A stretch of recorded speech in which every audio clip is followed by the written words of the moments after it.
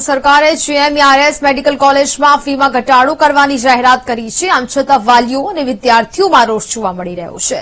વિદ્યાર્થીઓ અને વાલીઓએ ફીમાં કરેલો સંપૂર્ણ વધારો પરત ખેંચવાની માંગ કરી છે। આ સાથે વિદ્યાર્થીઓએ કહ્યું કે આટલી ફીમાં ડોક્ટર બનવું શક્ય નથી। તમામ સંપત્તિ વેચીને પણ ડોક્ટર બનવું શક્ય નથી, જેથી સરકારે ફીમાં કરેલો વધારો પરત ખેંચવાની જરૂર છે। જે 9 લાખ છે એના 12 લાખ એટલે કે 34% એપ્રોક્સિમેટલી વધારો તો છે જ। એટલે કે અમે જયારે સરકારને નિવેદન આપ્યું હતું ત્યારે એવું કહેવામાં આવ્યું હતું કે સાહેબ આ ફી વધારો પાછો ખેંચી લો।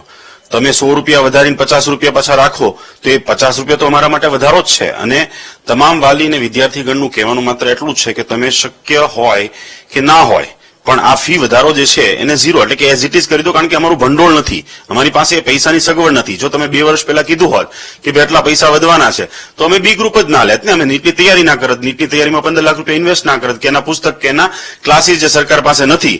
આ ફી વધારો સરકારે જાહેર કર્યો તો એકચ્યુઅલી એ વધારો ઘટાડો પછી પાછો કહે છે કે ઘટાડો કર્યો। અમે લોકોએ પણ એકચ્યુઅલી ઘટાડો છે જ નહીં, કેમ કે અમને તો આ બિલકુલ એક્સેપ્ટેબલ નથી। લાસ્ટ યર જેટલી જ અમારે ફી જોઈએ, અમને વધારો ઘટાડો કઈ જ ખબર પડે નહીં।